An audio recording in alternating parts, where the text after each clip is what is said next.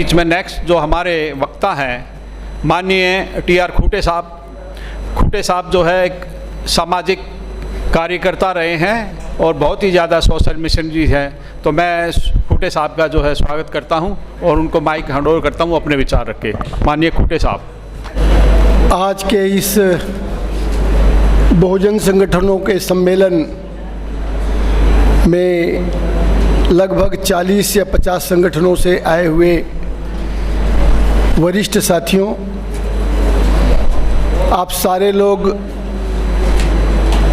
बहुत ही सूझबूझ वाले लोग हैं।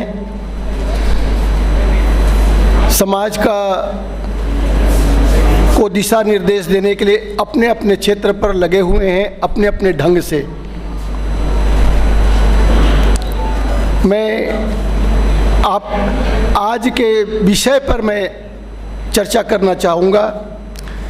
ये जो कार्यक्रम है भाई साहब मानवता चैनल अमेरिका के साथियों ने ऑर्गेनाइज किया। ये ऑर्गेनाइजेशन में मेरे से लगभग 3 महीना पहले से चर्चा हो रही थी। मैं भूमिका इसलिए देना चाहता हूँ, 3 महीना पहले से चर्चा हो रही थी।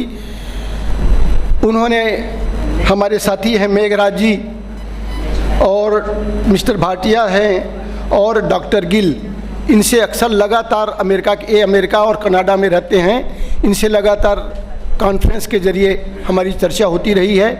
उनका चैनल चलता है, चैनल का। तो उन्होंने कहा कि हम 18 जून को एक प्रोग्राम रखना चाहते हैं। हमारा समाज बिखरा हुआ है।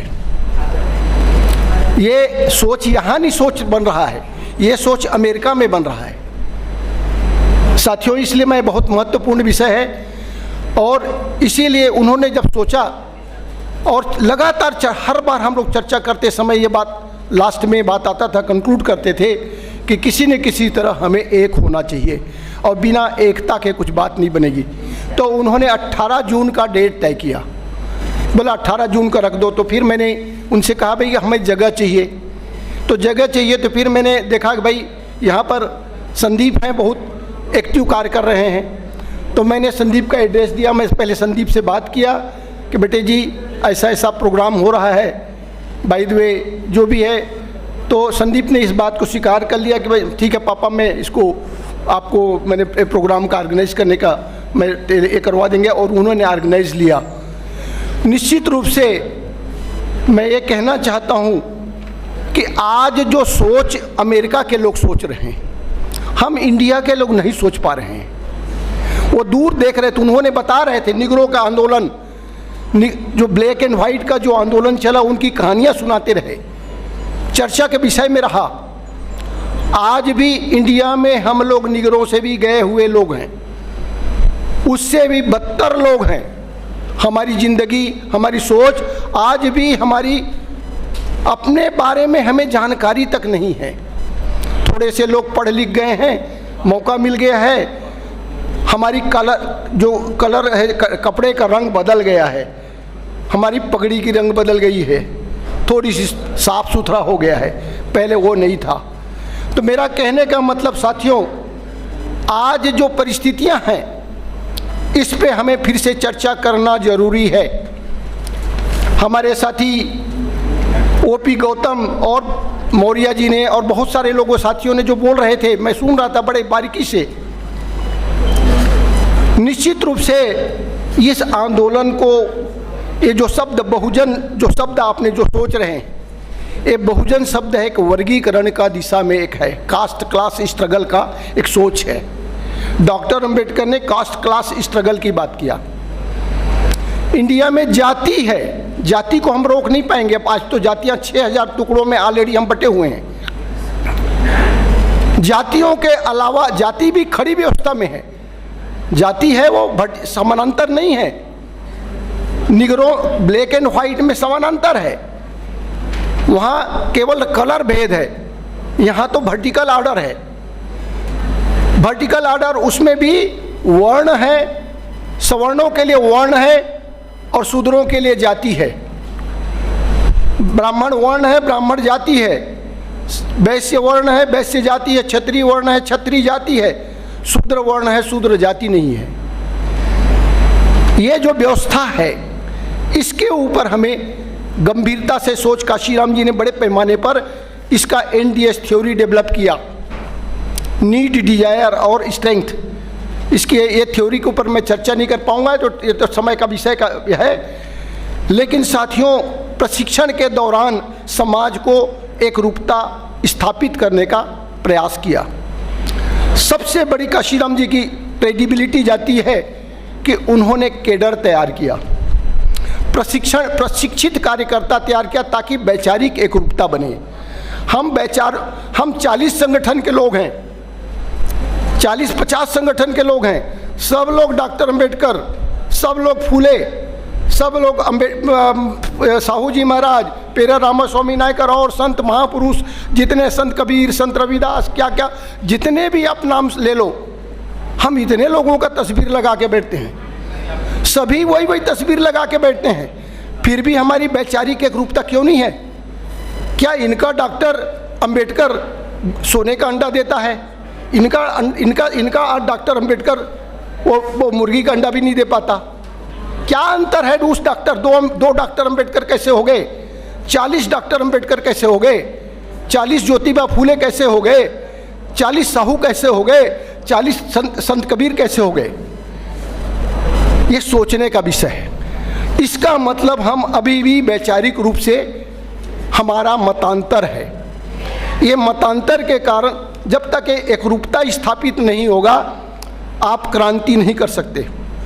जितने भी क्रांति हुई है उसमें वैचारिक एक रूपता सबसे बड़ा महत्वपूर्ण होता है। हम मूर्ति को लेके बैठे हुए हैं, लेकिन मूर्ति की विचारधारा को नहीं जानते। हम भावनाओं में बहते हैं। अभी जय भीम का नारा बड़ा फेमस हो गया, हम उसको भावनाओं में उसको लोग एक्सप्लॉइट कर रहे हैं। पंजाब में हो गया, दक्षिण दिल्ली में भी देख लिया आपने, केवल नारों को लेकर और तस्वीर को लेकर के हमें भावनाओं में खेल दिया गया। हम समझ नहीं पाते हैं। मैं बोलना नहीं चाहता हूँ, मैं क्रिटिसाइज नहीं करना चाहता हूँ, लेकिन ये हुआ है, हमारी भावनाओं के साथ खिलवाड़ हो रहा है। इसलिए साथियों, आज वैचारिक एक रूपता की बहुत ज़्यादा ज़रूरत है, और बिना वैचारिक एक रूपता स्थापित किए बगैर अगर हम समाज को, हम ये सोचते हैं हम 40 संगठन के 1000 संगठन, हम 6000 संगठन के बजाय आज 1,46,000 संगठन बना लिए। 6000 तो जातियां हैं और 1,46,000 संगठन हैं। सोच लो हमारी विचारधारा। एक हर समाज में सैकड़ों संगठन है, हर समाज में, हर जाति के अंदर में सैकड़ों संगठन है। क्या मतलब है? यही काशीराम जी ने इसी को रोकने का कोशिश किया। ये जो प्रयास है, ये काशीराम जी का स्पेशल प्रयास रहा है। मैं फिर से कहना चाहता हूँ, दुश्मन का काम हमें बिखेर कर रखना। दुश्मन ने हमें बिखेर कर रखा, ये अच्छी बात है। 6000 टुकड़ों में तोड़ा, अच्छी बात है। हमें दुश्मन चारा पैदा किया। जाति का आधार दुश्मन चारा है। हर जाति दूसरे जाति के साथ ऐसा व्यवहार करता है जैसा एक देश दूसरे देश के साथ करता है। ये हमारी सोच है, जाति व्यवस्था का परिणाम है। इसीलिए साथियों, हम सामाजिक आंदोलन की बात करते हैं। अगर हम राजनीति की बात करते हैं तो मतांतर चलता है। मत का अंतर, जिसका मत चल गया उसका राज का मतांतर होता है। सामाजिक में मतभेद होता है, मत का भेद होता है, वो राजनीति हो गया। समाज में मत एकता चाहिए, सामाजिक एकरूपता चाहिए, तभी समाज प्रेम और भाईचारा का संदेश चाहिए। ये दोनों में, समाज और राजनीति में ये अंतर है। हमें इस बात को लेकर चलना होगा। हमें जब तक सामाजिक रूप से क्रांति पैदा नहीं होगी, आपका राजनीति कभी भी सक्सेस नहीं होगा। यही काशीराम जी ने कहा, सोशियो इकोनॉमिक रिवोल्यूशन, सामाजिक आर्थिक क्रांति, सांस्कृतिक क्रांति पैदा करना होगा। जब सामाजिक सांस्कृतिक आर्थिक क्रांति पैदा होगी, तभी कहीं जाकर के बाकी कुछ आप यहाँ के राजकाज करने लायक बन पाओगे। राजकाज बनने के लिए तैयारी चाहिए, प्रशिक्षण चाहिए, अनुशासन चाहिए, वैचारिक एकरूपता चाहिए। जब तक अनुशासित समाज नहीं पैदा होगा, राजकाज करने की बात सोचना बहुत दूर की बात है। दुश्मन कितना चालाक है तो आप देख रहे हैं, कितनी माने गंभीर समस्या की ओर हम बढ़ते जा रहे हैं, ये तो देख रहे हैं। थोड़ा सा हमने बिखरा तो बिखरने का जो कारण हमने देख लिया कि उससे कितनी बड़ी नुकसान हो रहा है। थोड़े दिनों में कितना आज अन्याय अत्याचार का सिलसिला बढ़ चुका है। मैं यही कहना चाहता हूँ साथियों, ताकतवर दुश्मन से मुकाबला करने के लिए हमारे पास जनबल तो है, लेकिन धन बल और बल नहीं है, सत्ता बल नहीं है, शासन प्रशासन उनके हाथ पे है, लेकिन जनबल हमारे पास है। हम जनबल को कन्वर्ट कर सकते हैं, पावरफुल संगठन, अपने संगठन के माध्यम से या सामाजिक एकता स्थापित करके हम जनबल को पावरफुल कन्वर्ट कर सकते हैं। ये आज का विषय का पर्पस, संगठन बनाने का पर्पस, आज का जो मिशन का सोच है, ये इस दिशा में सोच हमें बनाना चाहिए। ये अमेरिका के लोग साथी लोग सोच रहे हैं, इतनी बड़ी बहुजन की बात करते हैं, लेकिन बहुजन है क्या चीज़? बहुजन कॉन्सेप्ट अभी भी हम शेड्यूल कास्ट के लोग अलग समझते हैं, शेड्यूल ट्राइब के लोग अलग समझते हैं, ओबीसी के लोग अलग, माइनॉरिटीज तो बेचारे ऐसे ही उनकी बुरी हालत है।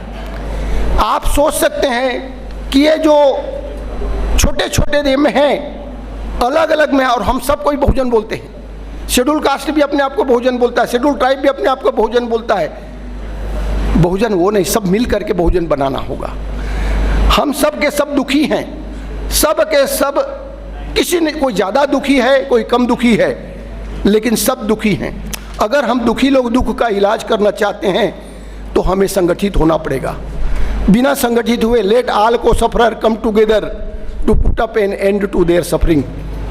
हम जितने को सफरर लोग हैं, हमें संगठित होना होगा, अपने वैचारिक एकरूपता को स्थापित करना होगा।